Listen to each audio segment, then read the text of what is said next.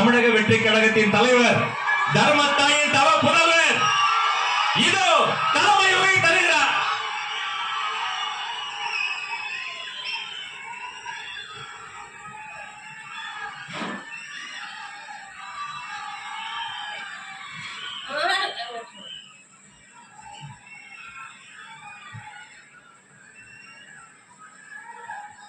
நம்ம கட்சியினுடைய 2வது ஆண்டு விழா, அதாவது 3rd இயரோட தொடக்க விழா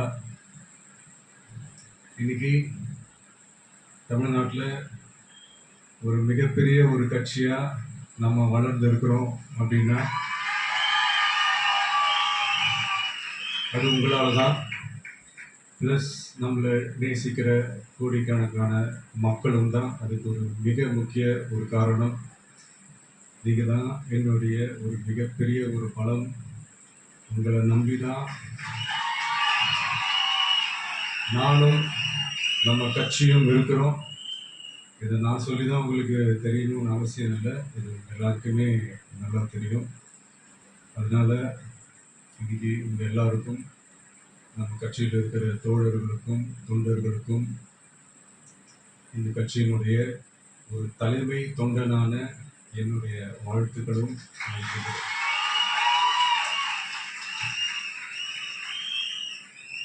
அப்புறம் என்ன, மைக்க பிடிச்சாச்சு, வெடியை கொளுத்தி போட்டுருவோமா?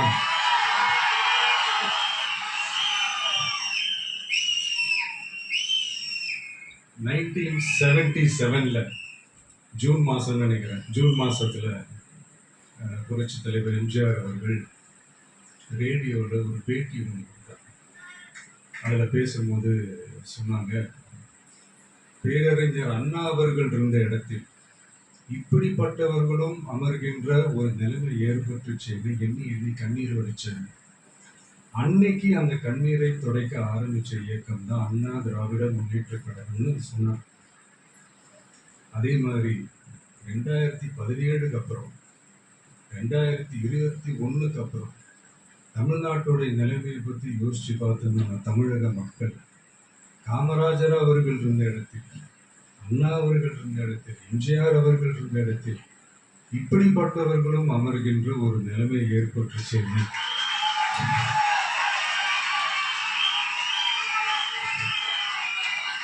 தமிழக மக்கள் கண்ணீர் வடிச்சாங்க. இன்னைக்கு இந்த கண்ணீரை துடைக்க ஆரம்பிச்ச இயக்கம் தான் தமிழக.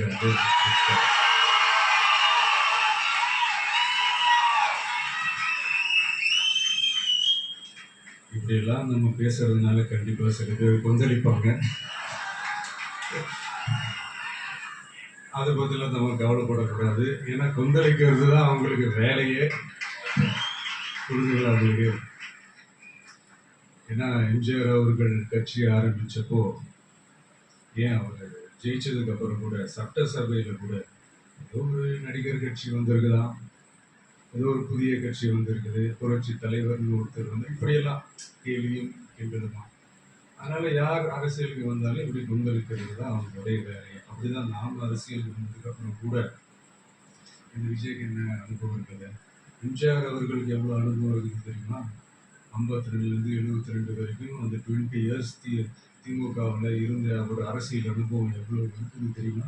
விஜய்க்கு என்ன பெரிய அனுபவம் இருக்குதுன்னு கேட்டா அதே வாய்ந்த அன்னைக்கு எம்ஜிஆர் அவர்களை பார்த்து, அன்னைக்கு எம்ஜிஆர் அவர்களை பார்த்து அரசியல் அரிச்சுவடி தெரியாதவரை, கவர்ச்சியை மட்டுமே நம்பி இருக்கிறவரை, அட்டக்கத்தி வாய் விளம்பர வல்லுநர், இவருக்கு கேள்வி மட்டும் தான் கேட்க தெரியும், பதில்கள் சொல்ல தெரியாது, நிருபர்களை சந்திக்க மாட்டாரு, டெல்லியை வகச்சிக்க மாட்டாரு, மேல இருந்து அவருக்கு அவ்வளோ ப்ரெஷர் இருக்குது, அப்படி இப்படின்னு சொன்னதும் அதே வாய் தான். அதனால எம்ஜிஆர் அவர்களை மட்டும் இல்லை, அவருடைய தொண்டர்களை கூட விட்டு வைக்கல. அது என்னது, இந்த பளபளப்பு ஜொலி ஜொலிப்பை பார்த்த பள்ளிப்போ, இப்படியெல்லாம் கிண்டலும் கேலியும், இது எல்லாம் மக்கள் ஒரு மாதிரி சைலண்டாக வாட்ச் பண்ணிக்கிட்டு என்ன பண்ணாங்கன்றது. அவர் ஜெயிச்சதுக்கு அப்புறம் அரசியல்ல பலந்துன்னு பட்டம் போட்ட அனுபவிச்சாலையும் இருப்பாங்கன்னு சொல்லுவாங்கல்ல, அவங்க எல்லாருக்குமே அந்த கோட்டைன்றது ஒரு பகல் கனவாவே மாறிடுச்சுன்னா 77 மாதிரி இப்போவும் அந்த பழைய தேஞ்சு போன துருபிடிச்சு போன நஞ்சு போன அதே அந்த பழைய வெப்பனை இப்பவும் கையில் எடுக்கிறாங்க. அதனால மீடியா ஜென்டில்மேன் டெக்னாலஜிலாம் வளர்ந்து வேற எங்கேயோ போயிட்டு இருக்கு. அட்லீஸ்ட் உங்க டெக்னிக்கையாவது கொஞ்சம் மாத்துங்க.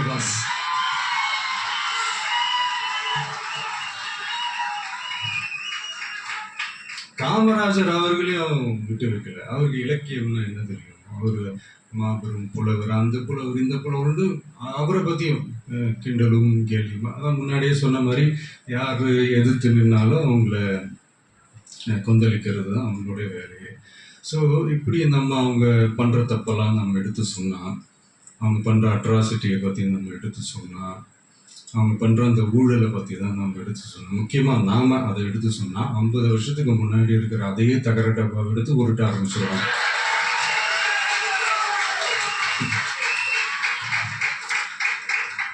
பவளவிழா பாப்பாக்கு வேற என்ன தெரியும்?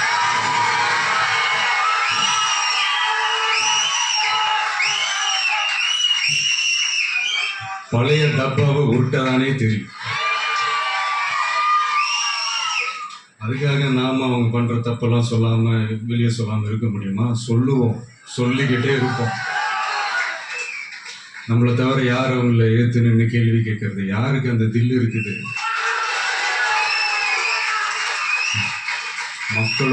மக்களோட ஒரே பிரதிநிதி நாம மட்டும்தான். ஸோ இப்படி இருக்கிற இந்த நிலைமையில இன்னைக்கு இந்த டிஜிட்டல் உலகத்துல திருவள்ளுவர் இருந்திருந்தாருன்னா இந்த தீய சக்தியை பத்தி என்ன திருக்குறள் எழுதியிருப்பாரு? ஒரு கற்பனையா, அநீதி, அராஜகம், தில்லுமுள்ளு இவையெல்லாம் திமுக முதற்றே உழைக்கும்.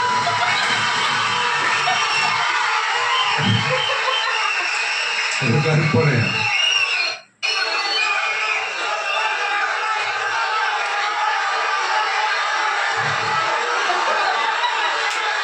அநீதி, அராஜகம், தில்லுமுள்ளு இவையெல்லாம் திமுக முதற்றே உலகு.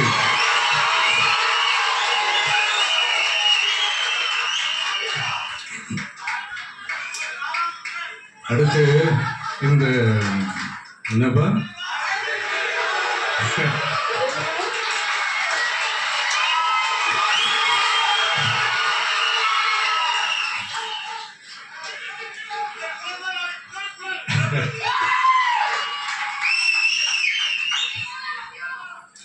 அடுத்து இந்த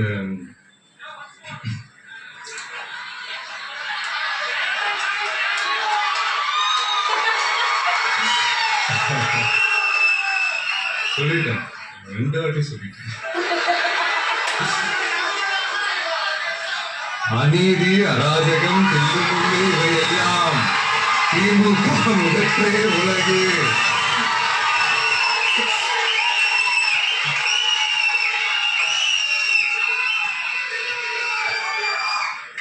அடுத்து இந்த மும்முனை போட்டி, 4 முனை போட்டி அப்படிலாம் சொல்றாங்களே, சரி அவங்கள பொறுத்த வரைக்கும் அப்படியே இருக்கட்டும். அதுல மாபெரும் மக்கள் சக்தியா நம்ம அணி ஒரு பக்கம், அடுத்து திமுக தலைமையில் மற்ற கூட்டணி கட்சிகள் ஒரு பக்கம், அடுத்து பாஜக தலைமையில் மற்றும் பலர்.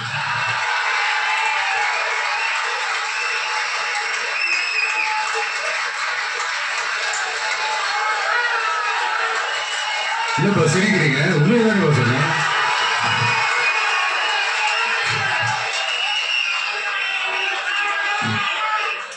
ஸோ இப்படி எத்தனை சக்திகள் எத்தனை பேர் வந்தாலும் திமுகவை வீழ்த்துறதுக்கு மாபெரும் மக்கள் சக்தியான நம்மளால மட்டும்தான் முடியும். நம்ம டிவிகேவால மட்டும்தான் முடியும். ஸோ ஸோ இப்படி இருக்கிற இந்த நிலைமையில ஏய் விஜய் வீட்டு விட்டு வெளியே வா, ஏய் விஜய் வீட்டு விட்டு வெளியே வா. இப்படியெல்லாம் கேட்கும்போது எனக்கு எப்படி அது தோணுதுன்னா, ஐயோ இவங்க ஒவ்வொரு வீட்டுல இருக்கிற ஒவ்வொரு விஜயும் இவங்க கூப்பிடுற மாதிரியே எனக்கு தோணுது. அப்படிதான் எனக்கு தோணுது. அதனால பொறுங்க பாஸ், வருவாங்க, முறையா வருவாங்க. ஓட்டு போடுற அன்னைக்கு ஓட்டர் ஐடிய கையில் எடுத்துக்கிட்டு ஒவ்வொரு வீட்டுல இருக்கிற ஒவ்வொரு விஜயும்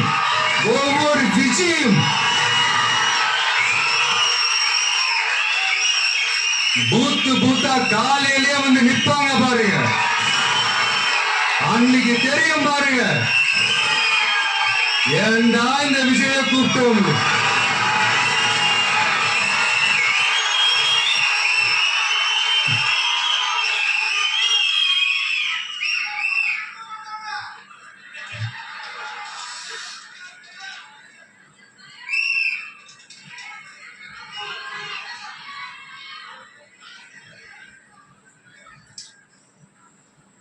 ஸோ இப்படி பேசினா உடனே இவரு நான் சினிமா வருது அப்படின்ட்டு ஆரம்பிச்சிருவாங்க. நான் சினிமா விட்டாலும் நீங்க சினிமா விட மாட்டேங்கிறீங்க.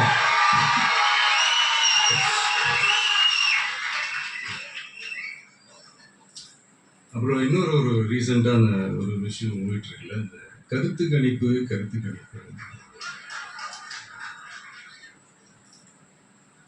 அதுல நிறைய பேர் உண்மையான கருத்து கணிப்பு நான் சொல்றாங்க, அதையும் நான் தப்பு சொல்லலை. சில பேர் கடுப்புல விட்ட கணிப்பு அவங்களுக்கு,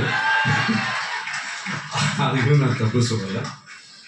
இந்த கடுப்புல விட்ட கணிப்பாளர்களுக்கு நான் சொல்லிக்கிறது என்னன்னா, ஒவ்வொரு ஊரா தெருவா வீடா போய் நீங்க அந்த கருத்து கணிப்பு எடுத்து பாருங்க. ஒவ்வொரு வீட்லயும் டிவிக்கு இருக்கிறத நீங்க பார்ப்பீங்க.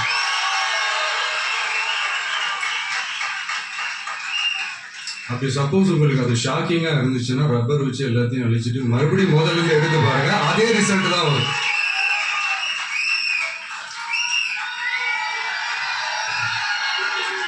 இது என்னப்பா லாஜிக்கு, அது எப்படி எல்லார் வீட்லயும் டிவிக்கு இருக்கும் அப்படின்னு நீங்க கேட்டீங்கன்னா, ஒரு சின்ன சாம்பிளுக்கு ஒரு சின்ன டெஸ்ட் ஒன்று பண்ணி பாருங்களேன்.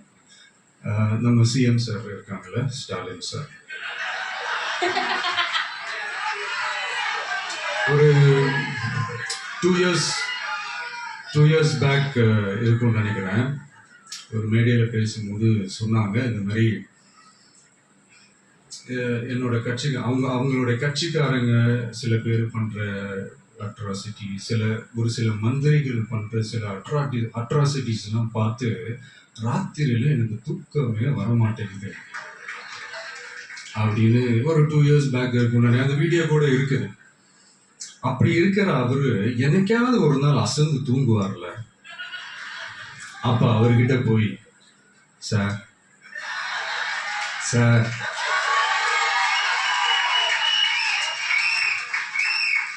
எந்த சின்னத்துக்கு சார் ஓட்டு போடுவீங்க அப்படின்னு கேட்டு பாருங்க. விசில் சின்னத்துக்குதா?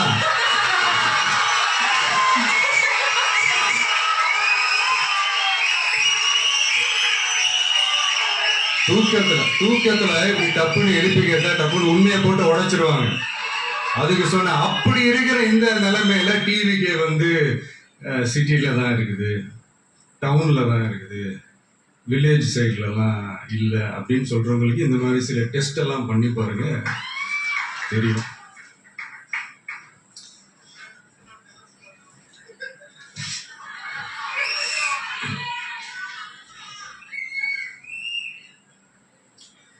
விசில் சின்னம் போகாத ஊரே இல்லை.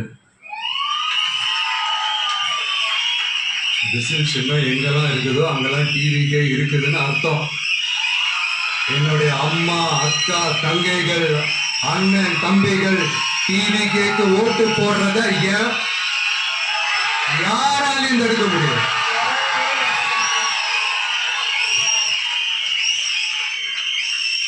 ரத்த சொந்தமா நம்மள நினைக்கிற நம்மளோட வகையராக்களை எந்த கட்சியாலையும் எவ்வளவு விலை கொடுத்தாலும் வாங்கவே முடியாது.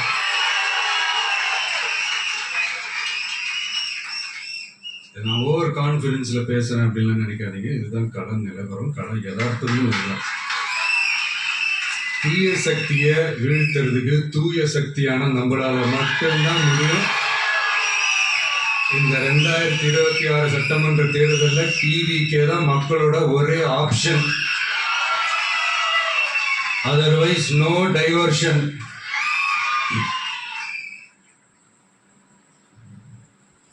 இந்த டப்பா இன்ஜின், ஓட்டை இன்ஜின், எவ்வளவு இன்ஜின் வந்தாலும் டாப் இன்ஜின் நம்ம டிவிக்கு தான்ன்றது மக்கள் ஆல்ரெடி முடிவு பண்ணிட்டாங்க. அதனால நம்மளுடைய தோழர்கள் அதை மனசுல நல்லா ஏத்திக்கிட்டு இன்னும் ஷார்ப்பா ஒர்க் பண்ணுங்க.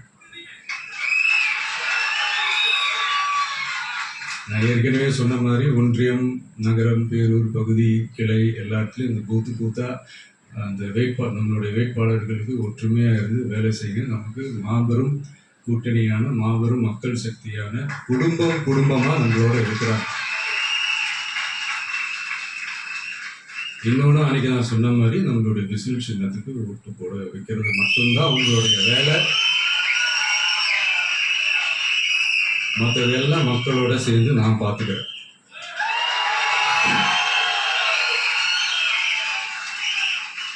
தமிழ்நாட்டோட அரசியல்ல தி விசில் ப்ளோயர் இஸ் டிவிகே.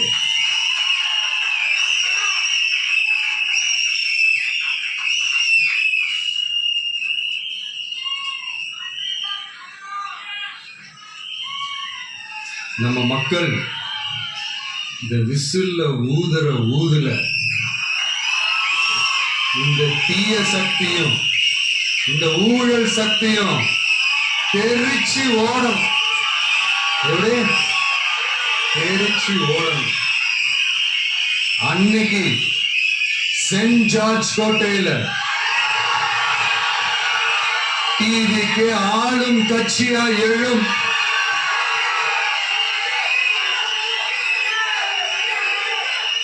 உங்களோட நான் இருக்கேன், நம்மளோட நம்ம மக்கள் இருக்கிறாங்க. இதுக்கு மேல என்ன வேணும்? கான்பிடண்டா இருங்க. நல்லது நடக்கும். வெற்றி நிச்சயம். மீண்டும் சந்திக்கும் வரை நன்றி, வணக்கம்.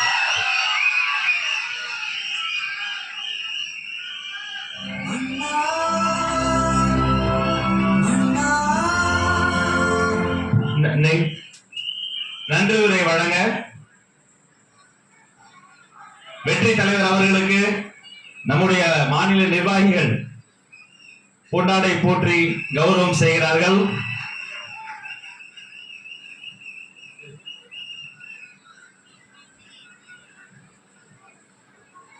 நன்றி நன்றி, அனைவருக்கும் நன்றி.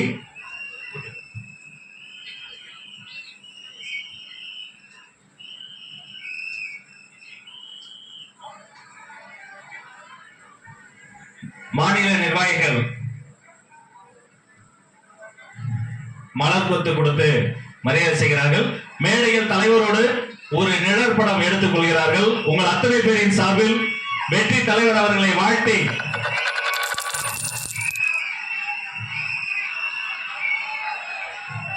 அந்த தூய சக்திக்கு தூய அன்னையின் திருவுருவ சிலை தருகிறார் தாகிறார். மலர் கொத்து பொன்னாடை கொடுத்து சிறப்புகள் செய்கிறோம்.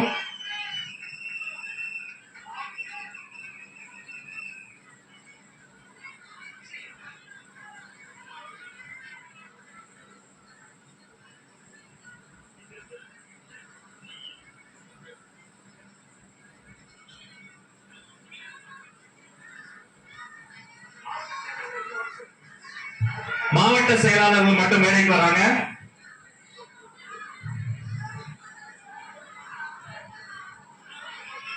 கழக மாவட்ட செயலாளர்கள் மேடைக்கு வரும்படி அன்போடு கேட்டுக்கொள்கிறோம்.